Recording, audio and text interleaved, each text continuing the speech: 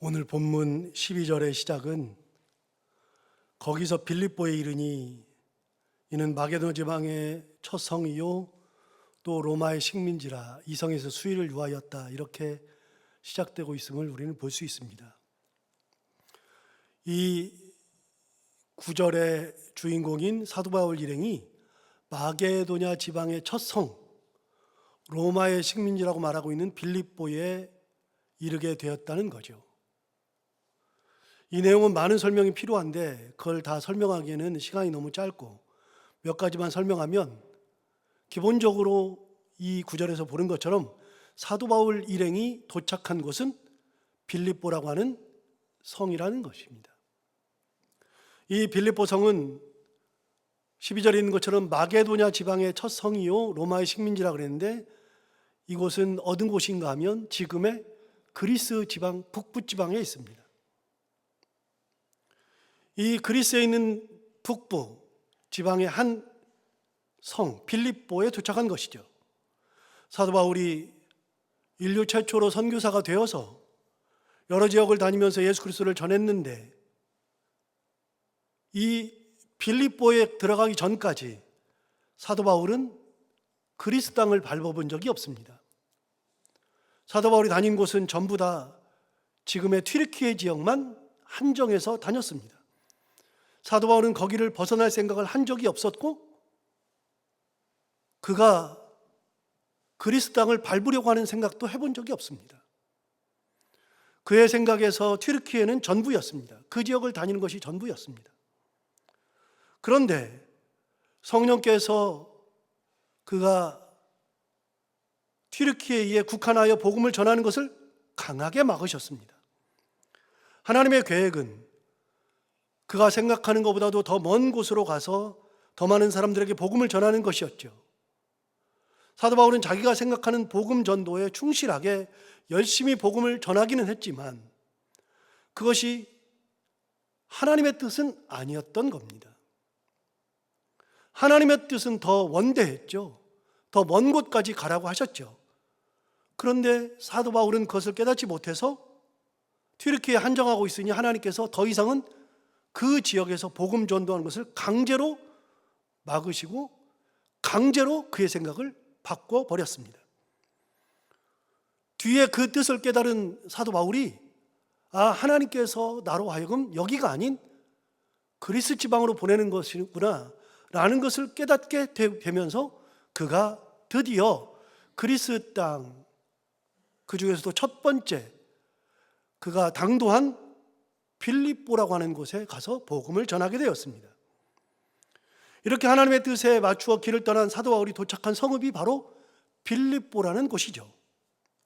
그러니 이곳에서의 복음 전도는 하나님의 뜻에 순종해서 이루어진 아주 귀한 발걸음이었던 역사적인 의의를 가지고 있습니다. 그렇다면 그가 그리스 땅에서 처음 밟았던 큰 성 빌립보는 어떤 곳이었는가? 빌립보는 신생도시였습니다. 우리식으로 말하면 신생도시니까 신도시입니다. 우리 신도시 많이 봤잖아요.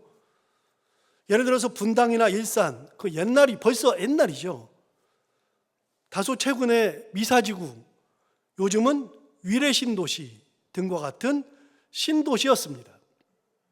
새롭게 생성된 도시였죠.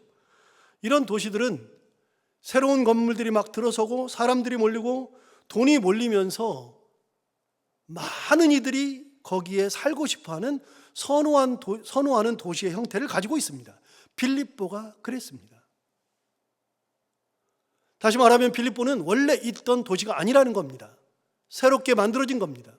구약시대에는 빌립보라는 도시가 아예 없었습니다. 사람들이 그 이름도 들어보지 못했던 그런 도시죠. 예를 들어 볼까요, 여러분? 우리 요즘 위례 신도시 모르는 사람이 없잖아요. 그럼 여러분은 위례라는 말을 아셨어요? 거기 신도시 개발하니까 이제서야 위례라는 말을 알잖아요. 모르죠. 옛날에 강남이라 그랬는데 이제는 강남 모르는 사람이 한 명도 없죠. 강남은 원래 서울이 아니잖아요. 그리고 강남은 원래 밭이 엄청나게 많은 땅이었습니다. 강남은 평평한 땅이 아니었습니다. 그래서 사람들이 선호하는 곳이 아니었죠. 그곳을 개발하다 보니까 지금은 강남이 더 부유한 땅이 되었고 사람들이 강남하게 되었죠. 빌립보가 그랬습니다. 이름도 들어보지 못했던 그런 곳이었습니다. 그런데 이런 곳이 신생도시가 된 데에는 아주 특별한 사연이 있죠. 그 이유는 빌립보에서 금광이 발견됐기 때문에 그렇습니다. 금광이 발견되니까 수많은 일꾼들이 몰려들기 시작했고, 일꾼들이 몰리니까 그들이 살아야 될 집이 지어지기 시작했고, 그들이 먹고 살아야 되니까 가게들이 생겼고, 시골 동네가 점점 큰 지역이 되었습니다. 금광이 발견돼서 일을 하다 보니 돈이 많아졌습니다. 돈이 돌자 지역 경제가 좋아졌고 더 많은 사람들이 몰리면서 점차 큰 도시로 자리를 잡게 되었습니다. 도로가 만들어졌고 좋은 건물들이 생기기 시작했고 이곳에 정착하려는 사람들이 기하급수적으로 늘었습니다. 아시다시피 이런 신생도시가 형성되면 기존의 도시와는 조금 다르잖아요. 기존의 도시는 막 아무렇게나 지어도 신생도시는 계획도시입니다. 계획도시는요, 도로를 반듯반듯하게 내거든요. 사통발달하거든요. 이렇게 꼬불꼬불하지 않거든요. 도로를 반듯반듯하게 내고요. 그리고 집도 거기에 맞게끔 다 지어지죠. 질서 정연한 도시를 만들게 되죠. 살기가 편해지는 겁니다. 돈만 있다면, 돈 있는 사람들이라면 이런 도시에서 살려고 했었습니다. 당대에도 그랬습니다.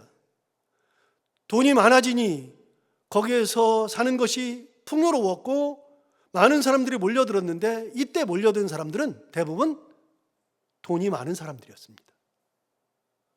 그래서 빌립보는 굉장히 돈이 많은 곳이었고 그 중에 몰려드는 많은 사람들 중에서는 퇴역한 군인들이 많았습니다. 군대에서 퇴역하게 되었는데 그들이 퇴역하면서 자기 재산을 다 정리해서 그곳에 와서 살려고 했습니다. 그래서 군인들의 최고 로망이 빌립보에 사는 거였습니다. 여러분, 군인들이 무슨 돈이 많을까 그러는데 당대 군인은 돈이 굉장히 많습니다. 당대 군인은 국가에서 주는 돈이 많을 뿐만 아니라 어느 한 곳을 전쟁에서 정복하게 되면 거기에서 산원공상에 의해서 많은 전리품을 갖게 되고 그리고 전공을 세우면 땅도 많이 주고 노예도 많이 생기고 그래서 군인들이 굉장히 부자였습니다. 그 부자들이 살고 싶은 곳 1위가 빌립보였습니다. 그들이 많이 몰려들었고 그러다 보니까 빌립보는 점점 더 큰 도시가 되었습니다. 빌립보는 다른 지역과 차별되는 부자 도시라는 명성을 가졌고 돈을 쓰는 사람들이 굉장히 많았습니다. 자, 여기까지 하고요. 그에 뒤따른 얘기는 조금 이따 하기로 하고 다른 얘기를 좀 해볼까요? 유대인들은 어디에 살았는가? 유대인들이 이 빌립보에 살았을까? 유대인들은 이 빌립보에 살지 못했습니다. 유대인들이 뭐 돈이 있나요? 그 당시에? 돈 없죠? 빌립보에서 어떻게 삽니까? 유대인은 돈이 없었으니까 이곳에 살 수가 없었습니다. 사실 유대인들은 그 당시만 해도 나라가 없었습니다.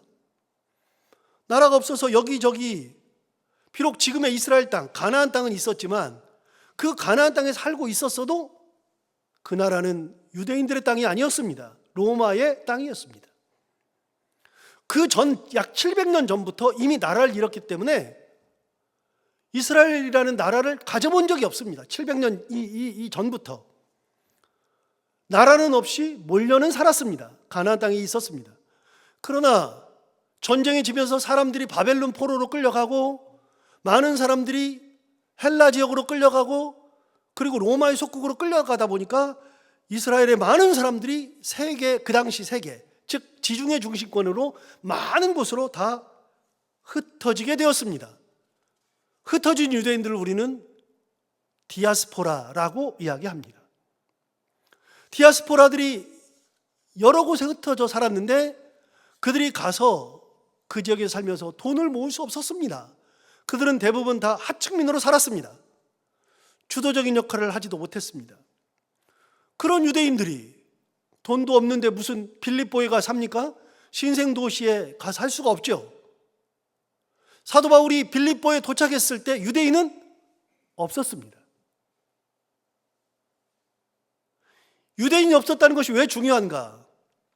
사도행전을 읽어보면 사도 바울이 많은 곳에 가서 전도를 했는데, 전도를 할 때 성경을 읽어보면 사도 바울의 패턴이 있습니다. 그 패턴 중에 가장 중요한 패턴은 사도 바울은 대도시만 다녔다는 겁니다. 사람을 만나야 되니까요. 대도시만 다녔습니다. 시골 동네는 거의 가지 않았습니다. 대도시를 갔다는 패턴이 있고, 또 한 가지는 그 대도시를 가면 반드시 유대인들이 있었습니다. 그리고 유대인들이 있을 때 유대인들은 비록 하층민으로는 살았어도 그들은 가는 곳마다 회당을 지었습니다. 그래서 사도 바울이 어느 지역을 가거나 사도행전에 의하면 사도 바울은 가는 곳마다 반드시 회당을 찾아갔습니다. 안 찾아간 적이 한 번도 없습니다. 즉 사도 바울의 전도 대상은 유대인이었습니다. 왜요? 유대인이어야만 되는 이유가 있습니다. 예수 그리스도를 전할 때에는 예수님이 누구의 아들인가? 하나님의 아들이고, 천지창조하신 하나님, 인도하신 하나님, 이끌어오신 하나님, 그 하나님의 아들. 그래서 예수를 설명하기 위해서는 하나님부터 쭉 나와야 돼. 구약 성경이 나와야 되는데 그걸 이해할 수 있는 헬라인들이 없거든요. 그런데 유대인들은 그 하나님은 다 알거든요. 그래서 기본이 되어 있고, 거기다가 그 하나님이 예수를 보내셔서 우리를 구원하시려고 예수님이 십자가에 달려 돌아가셨다, 이 얘기만 해서 이것을 받아들이기만 하면 되니까 사도 바울이 전도할 때는 헬라인들에게도 했지만 기본적으로는 유대인들에게 전도했습니다. 그래서 가는 곳곳마다 사도 바울은 회당을 찾아갔습니다. 그렇게 회당을 갔는데 거기에서 여러 가지 일들을 만난 거죠. 그래서 사도행전은요, 읽을 때마다 여러분이 회당이라는 단어를 쭉 동그라미를 쳐서 보시면, 아, 가는 데마다 회당을 찾아갔구나 알 수 있습니다. 자, 다시요. 빌립보 지방은 신생도시였습니다. 유대인이 살지 않았습니다. 그렇다면 회당이 있어요, 없어요? 없죠. 사도 바울이 빌립보에 가서 회당을 찾아가려고 했는데 회당이 없죠. 그럼 안식일에 갈 데가 없잖아요. 자, 여기까지 하고 13절을 보시면 이렇게 말했습니다. 13절에 보시면 우리가 안식일에 우리가 기도할 곳이 있을까 하여 문 밖 강가에 나가 거기 앉아서 모인 여자들에게 말하였다라고 되어 있는데, 여러분 안식일이 되면은 사도 바울은 항상 어디를 갔겠어요? 회당에 갔겠죠. 그런데 여기는 회당이 없습니다. 그러므로 안식일에 회당을 못 가니까 예배를 드릴 수 없어요. 사람을 만날 수 없어요. 그러니까 사도 바울이 거기까지 왔는데 안식일에 아무 것도 없으니 뭐 하려고 하느냐? 기도할 곳을 찾았다. 여러분, 우리도 그럴 수 있잖아요. 시골을 갔는데 그 시골에 교회가 없어요. 주일이 됐는데 교회가 없어요. 그럼 어떻게 해요? 그러면 기도하죠. 나 혼자 기도하려고 하죠. 그리고 어제 보니까 저기가 아주 좋아요. 거기 가서 기도해야지. 그래서 기도하러 가는 겁니다. 사도 바울이 회당을 찾지 못했고 유대인을 만나지 못했으니 거기에서 기도할 곳이 있을까 하여 문밖 강가를 나갔다. 이거 설명이 기니까 문밖 강가는 설명 안 하기로 하고요. 어쨌든지 간에 거기 나가서 기도하려고 했다는 것입니다. 여러분, 사도 바울이 오늘 안식일이어서 회당에서 전도하려고 했는데 전도가 막혔습니다. 그럼 어떡합니까? 할 수 없죠. 사람을 만날 수 없는데 어떡합니까? 할 수 없죠. 어떡하겠어요? 여러분, 전도라는 것은 사람을 만나야만 하는 것인데 사람을 만날 수 없으니 할 수 있는 것이 아무것도 없었습니다. 사도 바울이라 그래봐야 별게 있습니까?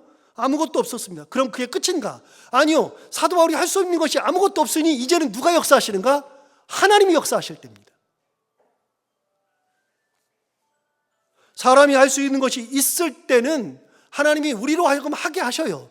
여러분, 성경의 역사를 보세요. 사람이 할 수 있을 때는 하나님께서 하라고 하셔요. 하도록 놔두셔요. 해도 괜찮아요. 인간이 해야 돼요. 그러나 인간이 하는 그 순간, 할 수 없는 그 순간이 왔을 때 하나님은 역사하시는 겁니다. 성경이 증명합니다. 여러분, 홍해 사건은 사람이 뭔가를 할 수 없을 때 역사하신 하나님의 절대 간섭 능력이었습니다. 먹을 것을 구할 수 있는 가능성이 하나도 없을 때 하나님께서 만나를 내려주셨습니다.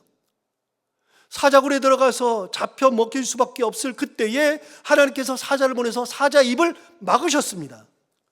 형의 마음을 돌릴 수 없었고 형을 만나면 다 죽게 되었을 때 하나님께서 야곱의 기도를 들으시고 형의 마음을 만져주셔서 그 문제를 일순간에 해결해 주셨습니다. 여러분, 우리가 할 수 있는 것이 없을 때 하나님 그때 역사하시거든요. 인간은 안 되는 것이 많습니다. 능력이 되지 않으면 할 수 있는 것이 하나도 없을 때가 있습니다. 그러나 우리가 할 수 없다 그래서 하나님이 할 수 없는 것이 아닙니다. 사도 바울을 가만히 보십시오. 사도 바울이 오늘 회당에 가서 사람을 만나고 전도를 해야 되는데 회당이 없어요. 유대인을 만날 수가 없어요. 할 수 있는 것이 아무것도 없어요. 그럼 어떡합니까? 할 수 없죠 뭐. 그러면 내가 할 수 있는 것은 뭐냐? 오늘 아무것도 할 수 없어도 오늘 안식일이니 내가 기도해야 되겠다. 그래서 기도하러 가는 겁니다. 그렇게 기도하러 갈 때 또 예배마저 할 수 없습니다. 사람을 만나서 전도하는 것은 둘째치고 안식일에 회당에서 예배할 수 있는 예배마저 할 수 없었습니다. 그래서 할 수 있는 것이라고 해서는 딱 하나, 기도밖에 없어서 기도할 장소를 찾아서 갔을 때 하나님이 역사하시죠. 다시 13절을 볼까요? 13절을 보시면 이렇게 말했습니다. 안식일에 우리가 기도할 곳이 있을까 하여 문밖 강가에 나가 거기 앉아서 모인 여자들에게 말하였다. 기도하러 문밖 강가를 갔는데 거기 여자들이 있었던 겁니다. 그래서 여자들에게 뭐 합니까? 그 여자들에게 말하였다. 이거는 전도했다는 겁니다. 회당에 들어가지 못하지만 내가 기도하는 곳에 가서 거기서 사람을 만났을 때 그 사람을 보고 전도를 시작한 겁니다. 14절을 볼까요? 14절을 보면 두아드레시에 있는 자세국감 장사로서 하나님을 섬기는 루디아라는 한 여자가 말을 듣고 있을 때 주께서 그 마음을 열어 바울의 말을 따르게 하신지라 그랬는데 여기 루디아라고 하는 한 여자를 얘기했습니다. 근데 루디아가 누구냐? 루디아에 대해서 세 가지를 얘기해 주었습니다. 첫 번째, 두아드라시. 두 번째, 자세국감 장사. 세 번째, 하나님을 섬긴다. 이 여인이 바로 루디아였습니다. 여러분, 이 세 가지 중 그녀는 맨 뒤에 있는 하나님을 섬기는 사람이었다는 것을 주목할 필요가 있습니다.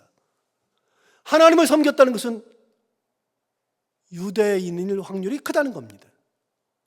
사도 바울이 전도하려고 했던 그 대상, 그런 대상이 바로 루디아였던 것이죠. 예수를 전도하기 위해서는 아까도 말씀드린 것처럼 하나님부터 알아야 하는데 헬라인은 하나님을 아예 모르니까 그들에게 전도하려면 하나님부터 알려야 하니까 시간이 너무 많이 걸렸습니다. 그들이 하나님을 받아들이는 것부터가 힘들었습니다.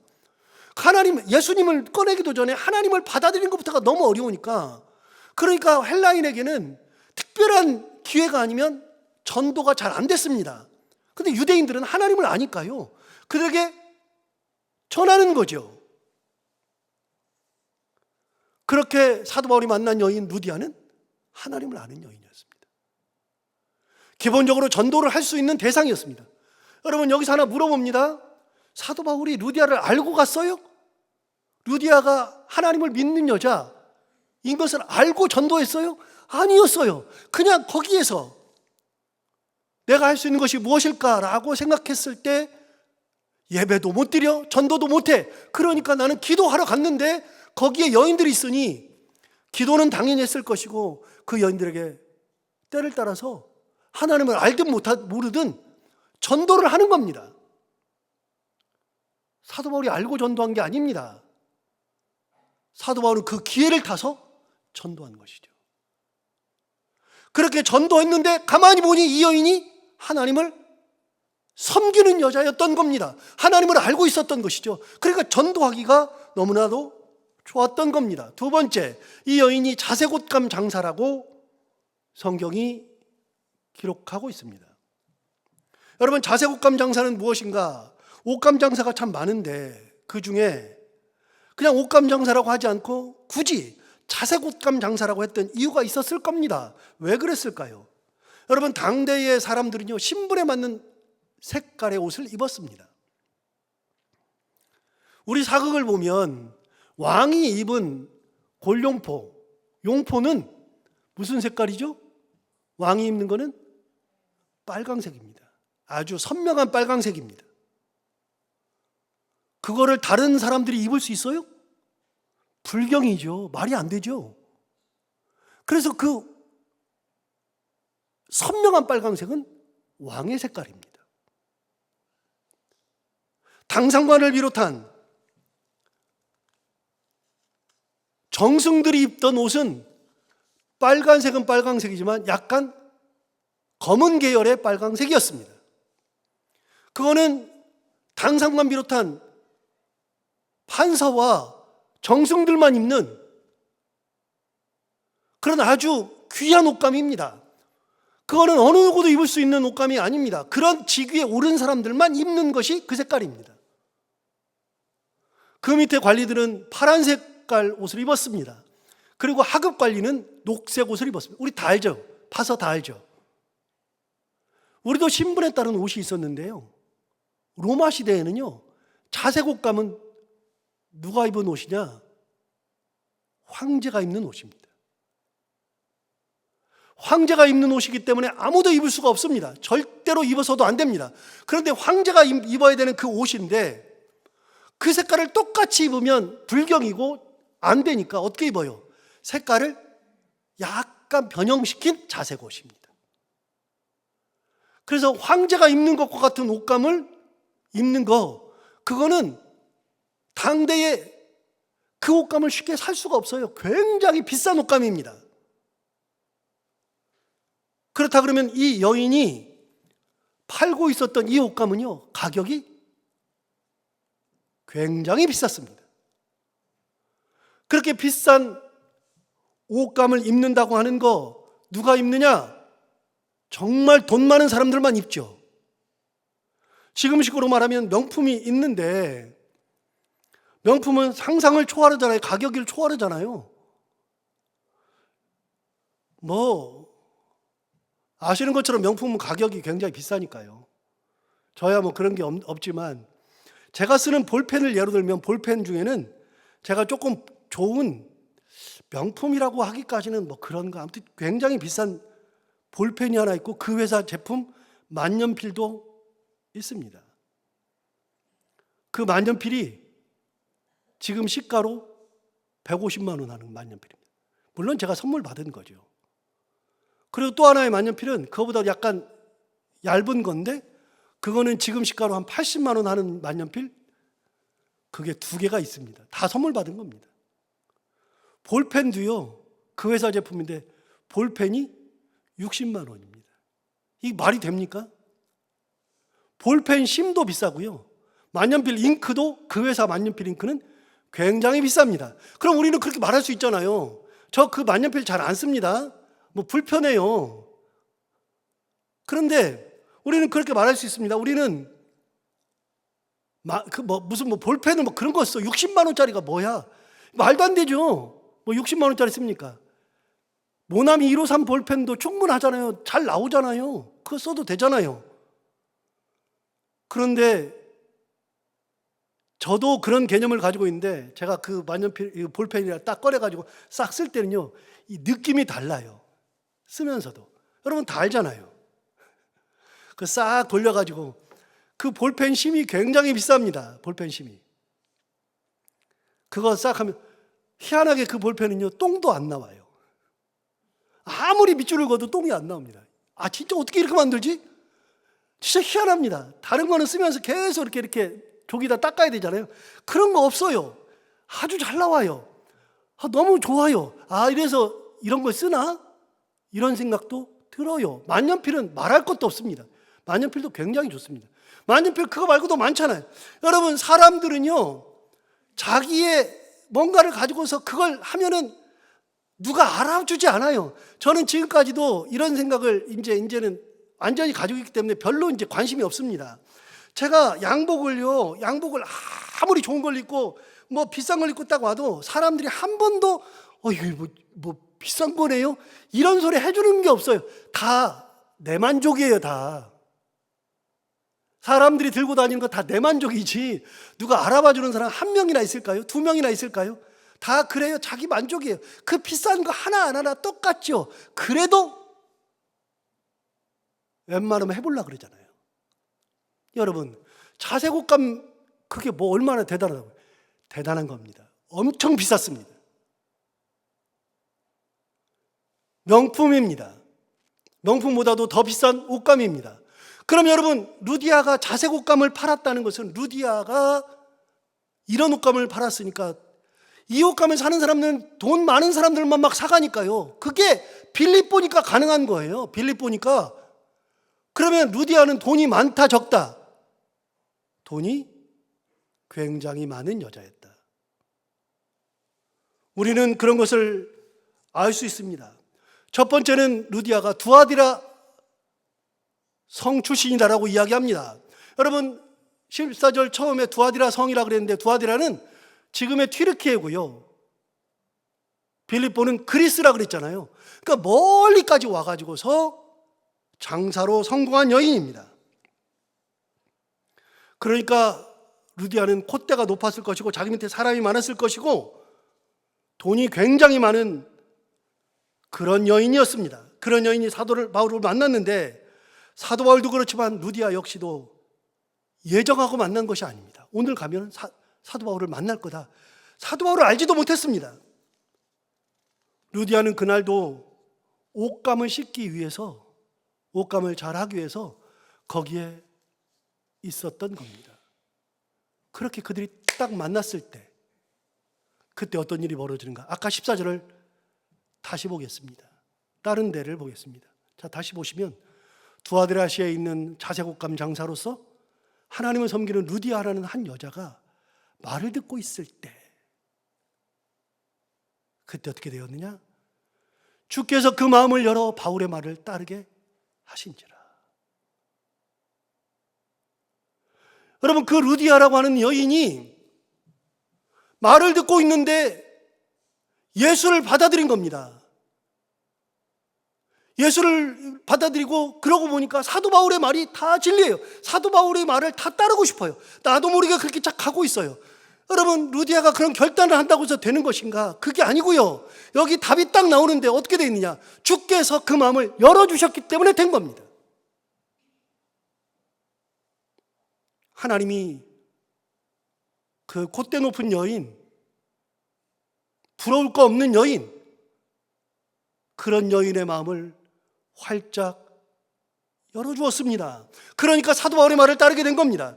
사람의 변화, 신앙의 변화는 의지만으로 되는 것이 아닙니다. 여러분, 내가 뭐 해야지 그렇다 그래서 의지로 변화가 이루어지는 게 아니에요. 여러분, 어떤 사람을 사랑하는 것도요, 내가 사랑해야지 그렇다 그래서 사랑되는 게 아닙니다. 잘 되는 게 아닙니다. 의지로 사랑하는 게 아니고요, 내가 마음이 활짝 열려 있어야 사랑이 되는 겁니다. 그 후에 의지적 사랑은 따라오는 겁니다.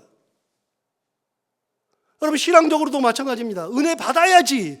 은혜 받기 위해서 내가 기도 열심히 해야지. 하루에 1시간씩 해야지. 여러분, 하루에 1시간씩 기도해야지. 그러면 기도가 되든가요? 죽었다 깨어나도 안 됩니다. 1분을 못 앉아 있습니다, 우리. 의지적으로는 그렇게 되지 않습니다. 그런데 언제 됩니까?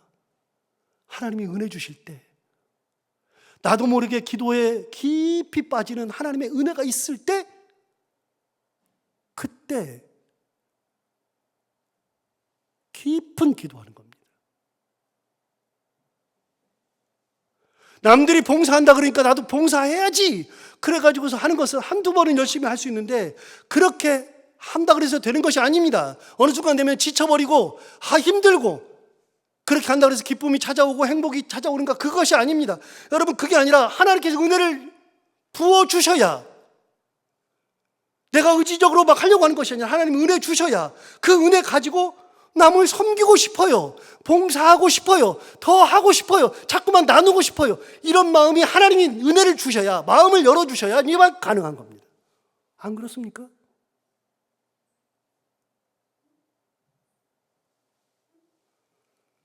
여러분, 의지적으로 바뀌지가 않습니다. 사람들은 어떻게 해야 바뀌는가?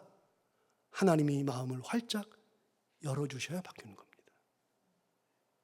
우리 신앙이요, 하나님께서 은혜 주셔야만 되는 겁니다. 은혜가 오지 않으면 신앙이 변하지 않습니다. 신앙생활이 힘듭니다. 하는 것이 어렵습니다. 그런데 하나님께서 루디아의 마음을 활짝 열어주시니까 사도 바울의 말을 자발적으로 따르는 겁니다. 여러분, 오늘 처음 만났어요, 사도 바울을.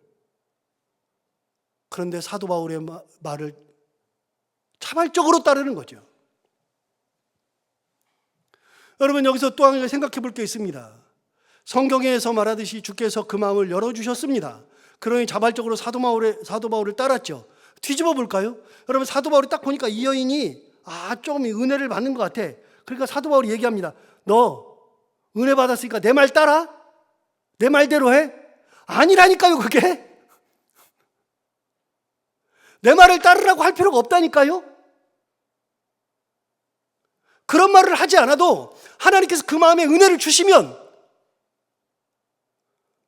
그러면 자발적으로 하나님 앞에 순종하고 하나님 앞에 나아오고 하나님의 사랑으로 이웃을 섬기고 나누고 봉사하고 기도하고 하는 것이지, 너 은혜 받았으니까 해야 돼? 이거 해야 돼? 저거 해야 돼? 말한다 그래서 변하는 것이 아니냐니까요. 사도 바울 그런 말을 한 적이 없습니다. 주께서 마음을 열어주시니까 변화되는 겁니다. 15절을 볼까요? 15절에 이렇게 말합니다.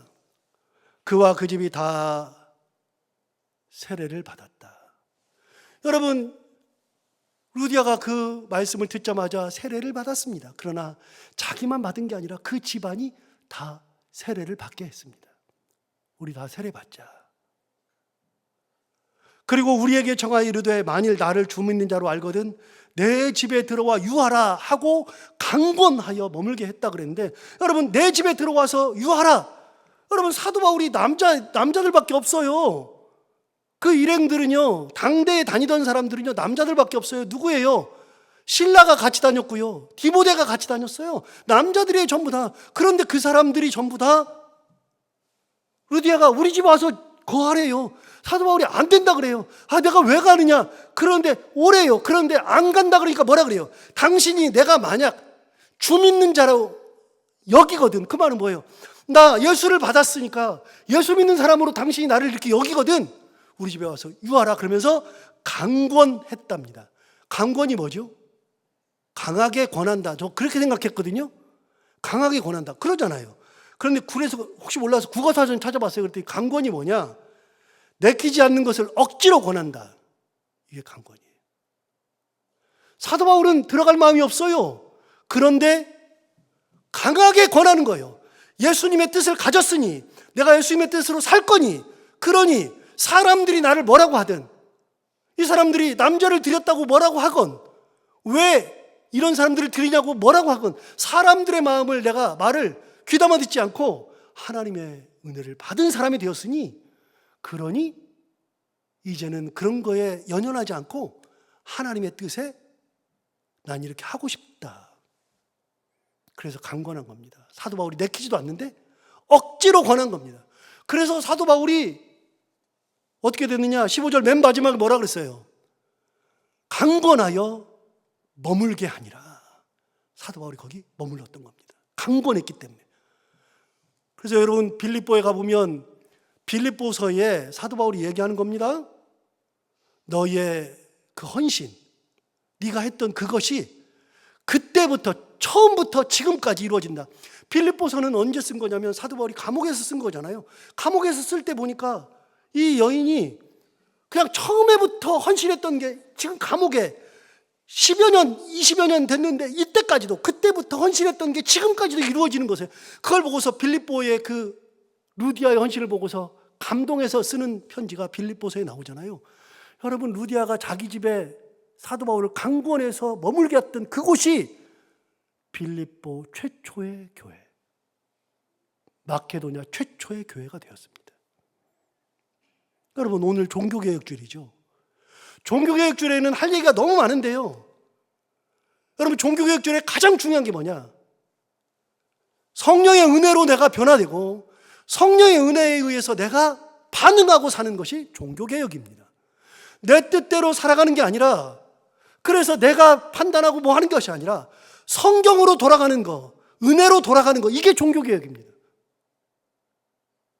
그래서 루터가 종교개혁을 할 때 세 가지를 얘기했습니다. 솔라 피데. 솔라 피데는, 솔라는 오직이란 뜻이에요. 딱 하나, 솔라. 우리가 노래할 때 솔로라 그러잖아요. 솔로가 솔라예요. 솔라, 피데, 그거는 페이스, 믿음이라는 겁니다. 예수 믿는 사람, 이 종교개혁의 기본은 뭐냐? 믿음으로 돌아간다는 거예요. 오직 믿음. 두 번째, 솔라 그라치아, 은혜를 그레이스라고 그러잖아요. 오직 은혜로, 하나님의 은혜로. 세 번째, 솔라 스크립추라, 스크립처, 오직 성경으로. 종교개혁은요, 내가 믿음으로 사는 것이 종교개혁이에요. 돌이켜보고 내가 지금 어떤 모습으로 살아가 있나. 두 번째, 오직 은혜로 사는 거예요. 하나님의 은혜로.